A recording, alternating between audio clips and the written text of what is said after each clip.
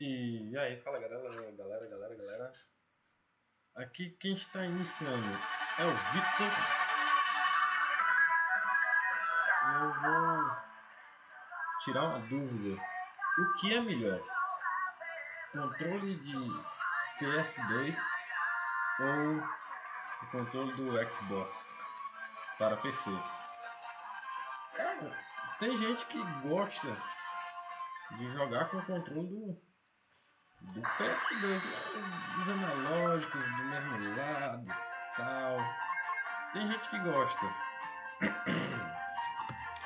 mas para quem não quer ter dor de cabeça de ficar ajeitando o controle, mexendo nas configurações e para depois jogar, eu aconselho o controle do Xbox, porque você pluga ele com um passe de mágica todos os seus jogos que você tem no seu PC, que você estava sofrendo, pelejando, você vai conseguir jogar de boas, de molinho, nas facilas.